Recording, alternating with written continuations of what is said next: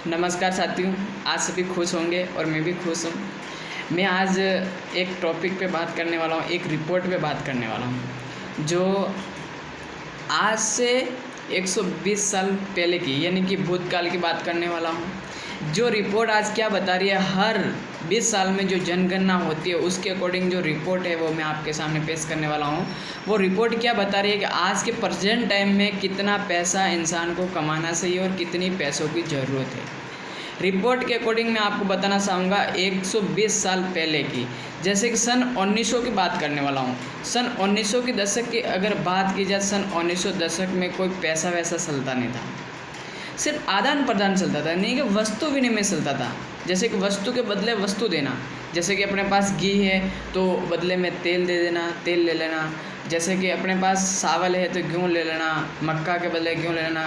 ऐसा मतलब सिर्फ वस्तु विनिमय चलता था, आदान प्रदान चलता था, पैसों का वहाँ पे कोई वो था ही नहीं। लेकिन जैसे ही अगर अपन बात करते हैं 1920 की, 1920 के अंदर 1 रुपये नाम की बीमारी आई थी। आप बीमारी समझो, ये 1 रुपया बहुत बड़ा माना जाता था।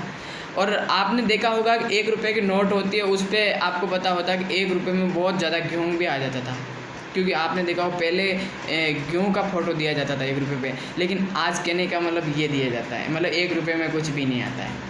यानी कि अपन बात करते हैं उस वक्त की, उस वक्त कहने का मतलब 1 रुपया बहुत बड़ी रकम हुआ करती थी, क्योंकि साराने, आठाने, पावले, तेले बहुत सारी चीज़ें चलती थी। लेकिन 1 रुपये में सबसे बड़ी बात ये थी, 1 रुपये में 20 से 25 लोग एक साथ परिवार का उनका पालन पोषण हो जाता था। उसके बाद में बात करते हैं 1940 के दशक की। 1940 के दशक में 1 रुपया था ही, लेकिन उसके आगे एक जीरो और लग गया। यानी कि 1940 के दशक में घर मेंटेन करने के लिए 10 रुपये की ज़रूरत पड़ने लग गई और परिवार की संख्या 15 से 20 हो गई। धीरे धीरे परिवार घटता गया और पैसा बढ़ता गया। तो बात करते हैं 1940 के बाद में 1960 की। तो 1960 में 10 रुपये थे, 10 की जगह एक जीरो और लग गया, यानी कि 100 रुपये की ज़रूरत पड़ने लगी 1960 के दशक में। उसके बाद में अपन आगे की बात करेंगे 1960 के बाद में 1980 के दशक की। 1980 के दशक में मतलब 100 रुपये थे, एक जीरो और लग जाता है, यानी कि 1000 रुपये की ज़रूरत पड़ने लग जाती है। और उस वक्त कुछ लोग हैं उनके नाम ही ऐसे रखते थे, क्योंकि 1000 रुपये कमाता, यानी कि उसके पास बहुत बड़ी इनकम माना जाता था, बहुत बड़ा पैसा माना जाता था, वो अमीर इंसान माना जाता था। यानी कि उस वक्त कुछ लोगों के नाम ही हजारी मल, हजारी प्रसाद यादव ऐसा रखा जाता था, क्योंकि उनके घर में इनकम ही 1000 रुपये हुआ करती थी।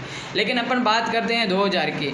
2000 के अंदर बात अगर की जाए तो 2000 के अंदर हर बार जीरो बढ़ा है, यानी कि 2000 के अंदर घर का मेंटेनेंस करने के लिए, घर का खर्चा मेंटेन करने के लिए 10,000 रुपये की ज़रूरत पड़ने लग गई थी। यानी कि हर बार जीरो बढ़ा है, यानी कि 4 जीरो लग गए। एक के आगे कितने लग गए? 4 जीरो। उसके बाद में अगर अपन बात करते हैं 2020 की, तो आज के टाइम में कितना पैसा कमाने की ज़रूरत है? आज के टाइम में यानी कि 2000 में तो 10,000 की ज़रूरत थी, लेकिन जैसे 2020 आया तो कहने का मतलब एक जीरो और बढ़ेगा, यानी कि आज के प्रेजेंट टाइम में 1 लाख रुपए कमाने की ज़रूरत है। लेकिन अपने पास ऐसा कोई ऑप्शन नहीं है जिससे अपन 1 लाख रुपए कमा सकते हैं। क्यों? क्योंकि आज चलो ठीक है 1 लाख रुपए तो नहीं भी कमा रहे, लेकिन 90,000 तो भी नहीं कमा रहे हैं, 80,000 भी नहीं कमा रहे, 70 भी नहीं कमा रहे, 50 भी नहीं कमा रहे, 20 भी नहीं कमा रहे। यानी कुछ लोग हैं जो मजदूरी करके 15,000, 10,000। तो आज से 20 साल पहले 10,000 की ज़रूरत थी, आज के टाइम में 10,000 की ज़रूरत नहीं है, आज के टाइम में 1 लाख रुपये की ज़रूरत है। लेकिन अगर बंदा काम करना चाहे और पैसा कमाना चाहे तो उसके पास कोई ऑप्शन ही नहीं है, क्योंकि उसके पास सिर्फ 4 ऑप्शन है पैसा कमाने का। पहला ऑप्शन है वो नौकरी करके कमा सकता है, दूसरा ऑप्शन है या तो फैक्ट्री खोल के या कंपनी खोल के या इन्वेस्टमेंट बन के कमा सकता है, तीसरा रास्ता है उसके बाद खेती करके या कोई छोटा मोटा व्यापार करके, और उसके बाद में चौथा रास्ता अपने पास है डायरेक्ट सेलिंग, जिससे वो बहुत बड़ा पैसा कमा सकता है। मैं आपको एक एक के बारे में बताऊंगा। सबसे पहला मैं आपको ऑप्शन बताना चाहूँगा कि नौकरी करके। नौकरी 2 प्रकार की होती है, एक सरकारी होती है और एक प्राइवेट होती है। अगर आज के टाइम में अगर सरकारी नौकरी की अगर बात की जाए तो सरकारी नौकरी लगना बहुत ही मुश्किल है। मैं ये नहीं कह रहा हूँ नहीं लगते हैं लोग, लेकिन ये भी नहीं है कि सब लग जाते हैं, क्योंकि नौकरी लगने के लिए सबसे पहले अपने पास अच्छा एजुकेशन होना चाहिए। अगर अपने पास अच्छा एजुकेशन है तो सेट की ज़रूरत पड़ती है और जेक की ज़रूरत पड़ती है, क्योंकि और रही बात है कि अपने पास चौथी चीज़ है कि अपन को टाइम चाहिए। क्योंकि ऐसा तो है ही नहीं कि अपन 12वीं करते ही नौकरी लग जाएगी, BA करते लग जाएगी, B.Ed करते लग जाएगी, MA करते लग जाएगी, नहीं लगेगी। क्योंकि उसके बावजूद भी अपन को कंपटीशन फाइट करना पड़ेगा। अगर कंपटीशन में अगर सेलेक्ट हो गए तो वहाँ पे सेक और जेक की ज़रूरत पड़ती है। सेक का मतलब ये है कि अगर लाखों रुपए रिश्वत के नाम पे मांग दे तो वो भी देने पड़ेंगे। और दूसरी चीज़ है जेक, यानी कि बड़े लोगों से, जो नेता लोग हैं उनसे अपनी जान पहचान होनी चाहिए, उनसे अपनी जान पहचान भी नहीं। यानी कि सिंपल सी बात है, वो गवर्नमेंट नौकरी लगना बहुत ही ठप है। क्योंकि आज अगर देखा जाए तो अगर 5000 पद भी अगर निकल रहे हैं तो 5 लाख से भी ज़्यादा लोग फॉर्म भर रहे हैं। कंपटीशन इतना टफ हो गया, यानी कि कंपटीशन के दौर में नौकरी लगना बहुत ही मुश्किल है। क्योंकि आज अगर लग जाते हैं तो बहुत सारे लोग ऐसे ही बेरोज़गार घूम रहे, वो नहीं घूम रहे होते MA BA M.Com करके। तो सरकारी नौकरी करके अगर बड़ा पैसा नहीं कमाया जा सकता, ऐसा क्या किया जाए। अब बात करते हैं आगे की, प्राइवेट नौकरी करके पैसा कमा सकते हैं। तो प्राइवेट नौकरी के अंदर आज देखा जाए तो कंपटीशन चल रहा है। क्या चल रहा है? कंपटीशन। मैं आपको एक उदाहरण के तौर पे बताना चाहूँगा। एक रामलाल नाम का इंसान है, वो किसी स्कूल में पढ़ाता है, उसको 8000 रुपये महीने की सैलरी मिल रही है। वो 12वीं तक पढ़ा लिखा है और अच्छा पढ़ाई करवा रहा है। लेकिन होता क्या है कि कुछ टाइम के बाद में उसके घर में फैमिली में किसी की शादी हो जाती है, शादी आ जाती है, जैसे सिस्टर की है, ब्रदर की, तो वो 1 महीने के लिए छुट्टी ले लेता है। तो जैसे ही कहने का मतलब आपको पता है कि एक श्यामलाल नाम का इंसान आता है स्कूल के अंदर और प्रिंसिपल से पूछता है कि सर कोई सीट वीट खाली है, मैं भी पढ़ाना चाहता हूँ, अगर हो तो मैं आप बताओ। उन्होंने बोला देखो सीट तो खाली नहीं है, लेकिन रामलाल नाम का इंसान 1 महीने के लिए छुट्टी लेके गया है, अगर आप चाहो तो 1 महीने तक पढ़ा सकते हो। तो श्यामलाल सोचता है कि चलो ठीक है, जैसे तैसे 1 महीने का तो जुगाड़ हुआ। ऐसा सोच कर वो क्या करता है कि वहाँ पे काम करना शुरू कर लेता है। तो वो जैसे क्या करता है कि बाद में उन लोगों से, जो स्कूल में बच्चे पढ़ रहे हैं, उनसे जानकारी लेता है कि रामलाल जी कितने घंटे पढ़ाते थे, कितना इनकम लेते थे और क्या क्या सब्जेक्ट पढ़ाते थे और क्या क्या करते थे। उन्होंने पूरी उस रामलाल जी के बारे में डिटेल निकालते हैं। और जैसे महीना कंप्लीट होने जाता है और श्यामलाल प्रिंसिपल के पास जाता है और प्रिंसिपल जी को बोलता है कि सर जी, रामलाल जी वो 8000 रुपये लेते थे और 12वीं पढ़े लिखे थे, और मैं आपसे 8000 नहीं लूँगा, मैं 5000 ही लूँगा, और मैंने BA कर रखी है और मैं एक्स्ट्रा भी पढ़ा लूँगा। क्या लगता है वहाँ पे रामलाल को रखेंगे या श्यामलाल को रखेंगे? वहाँ पे रामलाल की तो हो जाती है छुट्टी और श्यामलाल की हो जाती है ड्यूटी।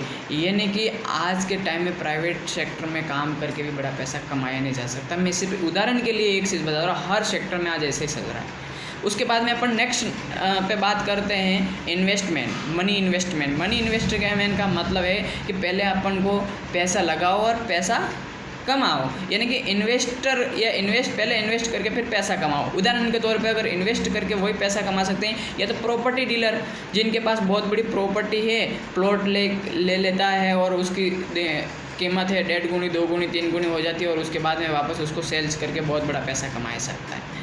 दूसरा चीज़ है कि उसके पास बहुत बड़ा मकान हो, बिल्डिंग हो, जिसमें बहुत सारे मकान हो जो किराए पे दे के वो बहुत बड़ा रेंट पे रख के बहुत बड़ा पैसा कमा सकता है, या वो शोरूम लगा के कमा सकता है। उसके पास बहुत बड़ी कंपनी हो, वो पैसा कमा सकता है, या कि इन्वेस्ट करके वो पैसा आराम से कमा सकता है। क्योंकि अपने पास इतना बड़ा पैसा भी नहीं है कि जो अपन इन्वेस्टर बन के पैसा कमा सकते हैं। अब अपन सेकंड चीज़ बात करेंगे, जैसे कि व्यापार या खेती। व्यापार की बात कीजिए, छोटे मोटे जैसे दुकान खोल के, शॉप खोल के पैसा कमाया जा सकता है। लेकिन आज मैं आपको बताना चाहूँगा इसके अंदर भी बहुत बड़ा कंपटीशन आ गया है। जैसे कि पहले गांव में एक ही दुकान हुआ करती थी, सारे लोग वहीं से सामान परचेसिंग करते थे और वो बहुत बड़ा पैसा कमाता था।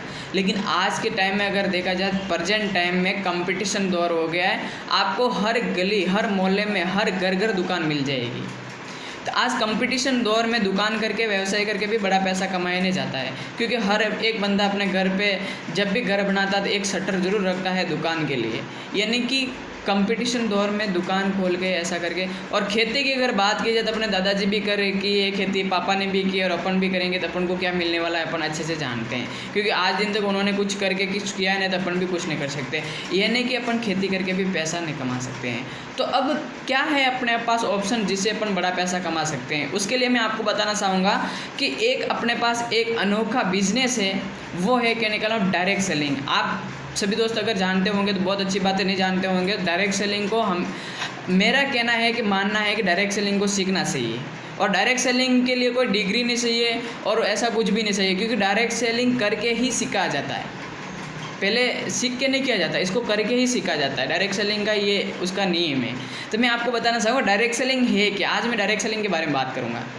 जैसे कि डायरेक्ट सेलिंग है क्या, मैं आपको नेक्स्ट पार्ट में एक और वीडियो बना रहा हूँ, उसके ज़रिए मैं आपको बताऊँगा कि डायरेक्ट सेलिंग क्या है। डायरेक्ट सेलिंग के बारे में मैं आपको अच्छे से समझाने का प्रयास करूँगा, क्योंकि ये वीडियो बड़ा हो जाएगा, इसलिए मैं यहीं पे फाइंड अप कर रहा हूँ। बाकी मैं नेक्स्ट वीडियो में आपको ज़रूर डायरेक्ट सेलिंग के बारे में पूरा डिटेल से बताने वाला हूँ। Okay, thank you, all the best. आपको अगर वीडियो बेस्ट लगा हो, अच्छा लगा हो तो लाइक करें, शेयर करें और सब्सक्राइब करें चैनल को, और आगे लोगों को भी बताएं। Okay, thank you, all the best, best of luck, thank you.